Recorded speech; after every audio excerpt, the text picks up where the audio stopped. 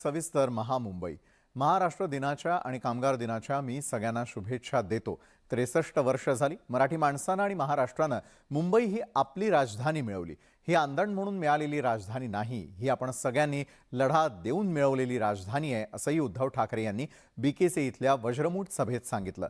उद्धव ठाकरेंनी सभेमध्ये विरोधकांचा समाचार घेतला। बारसूमध्ये माझ्या नावानं पत्र दाखवतायत।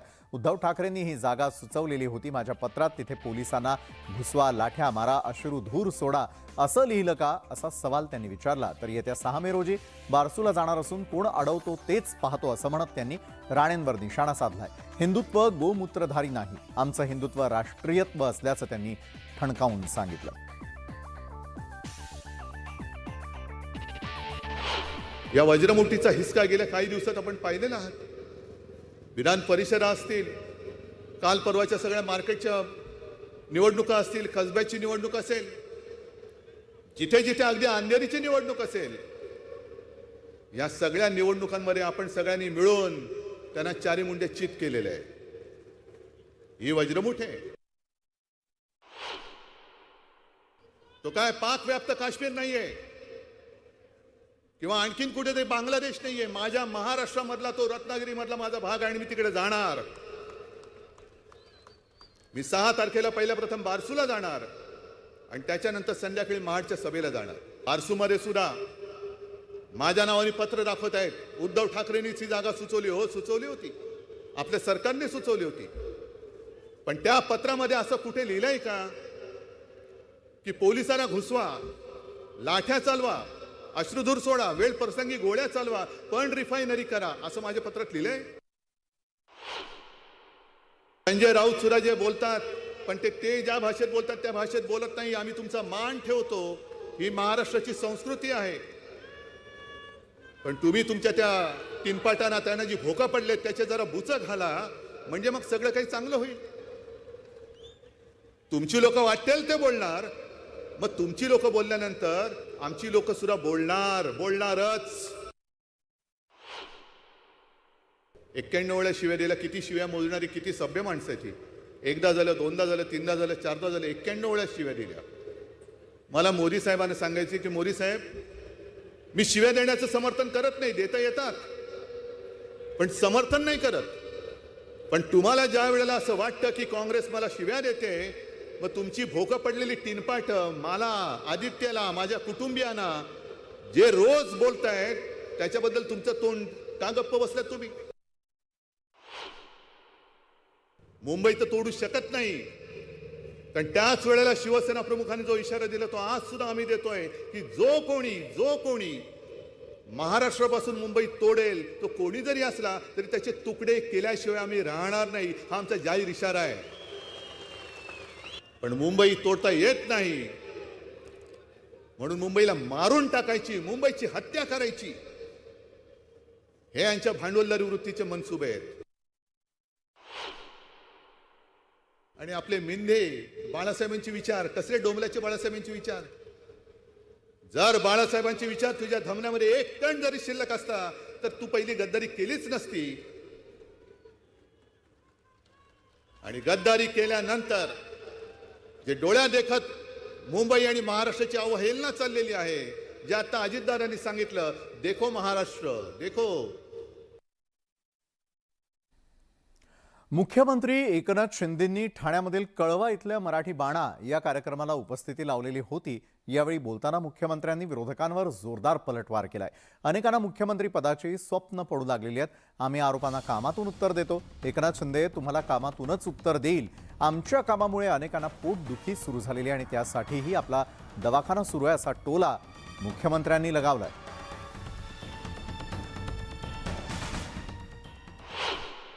मुंबई देखील आपण सुधारतोय। काही लोक म्हणतात निवडणुका आल्या की मुंबई तोडणार, मुंबई तोडणार। कोण तोडणार मुंबई?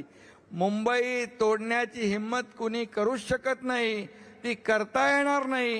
हे स्वप्न कुणी पाहू नये, परंतु मुंबईकरांना मुंबई तोडणार म्हणून मत मिळवण्याचा जो प्रयत्न कोणी करतोय त्याच्यामध्ये ते यशस्वी होणार नाहीत, कारण मुंबईमध्ये आपण काम करतोय। मुंबईकर आज जाणून आहे की मुंबई बदलतीये।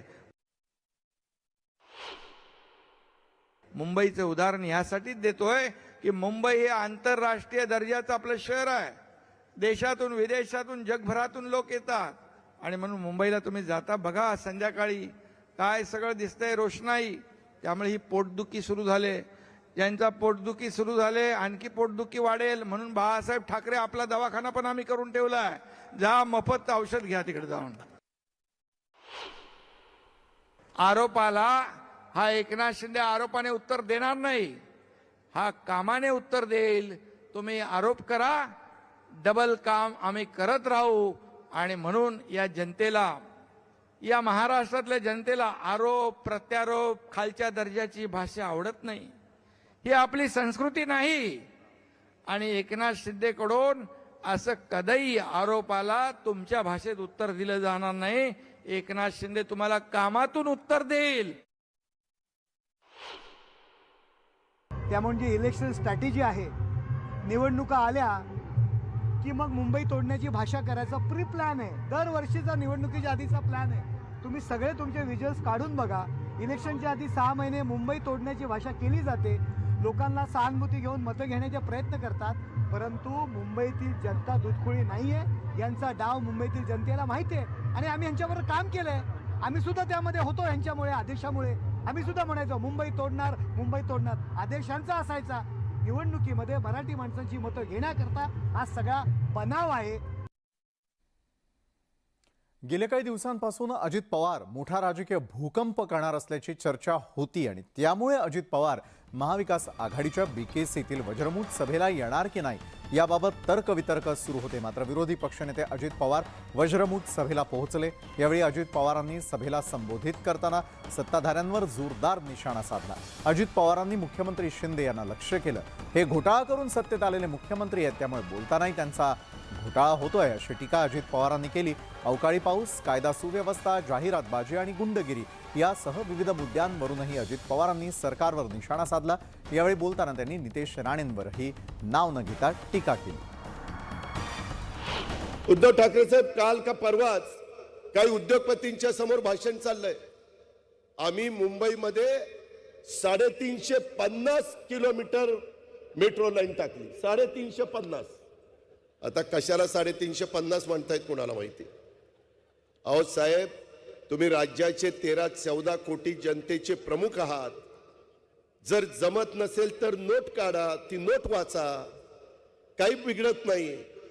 परंतु 350 कोटी कशाला म्हणतात.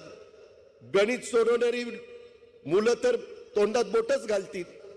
अशा प्रकारच्या मागे पण MPSC आणि निवडणूक आयोग त्याच्यात पण घोटाळा करून टाकलाय. घोटाळा करूनच मुख्यमंत्री झालेत आणि ते घोटाळा आणि मुख्यमंत्र्यांचं वक्तव्य हे काही सुटायला तयार नाहीये. आपल्यामध्ये देखील जाणीवपूर्वक काही ना काही बातम्या पसरवल्या जातात. अलीकडच्या काळामध्ये वाचाळवीरांची संख्या वाढलेली आहे. टिल्ली लोक पण काही पण बोलायला लागलेली आहेत. काय बोलतोय काय नाही त्या मीडियाला तर त्यांचा प्रत्येक शब्द दाखवता पण येत नाही. अशा पद्धतीचा कारभार ह्या महाराष्ट्रामध्ये सत्ताधारी लोकांचा चाललेला आहे. खासदार संजय राऊतांनी वज्रमूठ सभेमधून जोरदार टीका केली. शिंदे फडणवीस सरकारनं शिवसेनेचे लचके तोडण्याचं काम केलेलं असून मुंबई महाराष्ट्रापासून तोडण्याचा यांचा डाव असल्याचा टोला राऊतांनी यावेळी लगावला. दुसरीकडे आम्ही कुणालाही घाबरत नाही, आम्ही जेलमध्ये जाऊन आलो, आता तुम्ही काय कराल असा सवाल राऊतांनी सरकार समोर उपस्थित केला. दरम्यान राऊतांनी यावेळी मन की बातच्या मुद्द्यावरूनही टीकास्त्र सोडलं. गेल्या 9 वर्षात फक्त मन की बात करतात, मात्र आमची वज्रमूठ सभा ही काम की बात करणार असल्याची जोरदार टीका राऊतांनी केली. दरम्यान यावेळी बोलताना त्यांनी आशिष शेलारांवरही हल्लाबोल केला. आज महाराष्ट्राची परिस्थिती काय आहे? महाराष्ट्राचे लचके तोडण्याचं कारस्थान पुन्हा एकदा दिल्लीच्या पातळीवर सुरू झालेलं आहे. मुंबई महाराष्ट्रापासून तोडायची, कमजोर करायची अशा प्रकारचं षडयंत्र रचलं जात आहे आणि त्यासाठी शिवसेनेवरती हल्ला केला, शिवसेनेवरती घाव घातला. ब्रेक नंतर आपल्या सगळ्यांचं पुन्हा एकदा स्वागत. तर संपूर्ण दिवसभर जी चर्चा सुरू होती ती होती अतिशय महत्त्वपूर्ण, ती म्हणजे वज्रमूठ सभेसंदर्भातली. त्यानंतर वळूयात पुढच्या महत्त्वाच्या बातमीकडे आणि ती म्हणजे उद्योगमंत्री उदय सामंत यांनी राष्ट्रवादीचे अध्यक्ष शरद पवारांची त्यांच्या सिल्वर ओक या निवासस्थानी भेट घेतली आहे.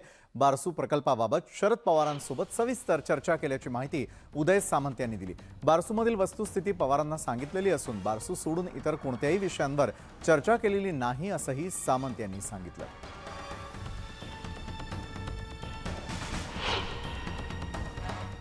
हे आम्ही शरद पवार साहेबांना सांगितलं. या बैठकीला त्या ठिकाणी जयंत पाटील साहेब देखील होते, जितेंद्र आव्हाड देखील होते. आणि महत्त्वाची गोष्ट आहे की जे आंदोलनकर्त्यांची जी काही शंका असेल, जो काही गैरसमज असेल, तो कुठच्याही परिस्थितीमध्ये दूर झाल्याशिवाय हा प्रकल्प पुढे रेटणार नाही, हाच संदेश मुख्यमंत्री महोदयांनी मला दिलेला होता. आणि तीच चर्चा आज सन्माननीय शरद पवार साहेबांबरोबर झालेली आहे. शेतकऱ्यांच्या काही शंका कुशंका असतील, नक्की रिफायनरीबद्दलच्या शंका आहेत, जे गैरसमज आहेत ते कशा पद्धतीनं दूर करता येतील या संदर्भात देखील सविस्तर चर्चा झाली. ब्रेकनंतर आपल्या सगळ्यांचं पुन्हा एकदा स्वागत. संयुक्त महाराष्ट्राच्या लढ्यामध्ये मोलाची कामगिरी बजावलेले राज्याचे लाडके शाहीर साबळे यांच्या जन्मशताब्दीचं निमित्त साधून केदार शिंदे यांनी दिग्दर्शित केलेला महाराष्ट्र शाहीर सिनेमा रिलीज झाला. या चित्रपटाच्या संपूर्ण टीमनं आज मोठ्या उत्साहात महाराष्ट्र दिन साजरा केला. दादर इथल्या चित्रा चित्रपटगृहामध्ये पारंपरिक मराठी पद्धतीनं ढोल ताशे आणि जय जय महाराष्ट्र माझा सारख्या गाण्यांच्या गजरामध्ये हा सोहळा पार पडला.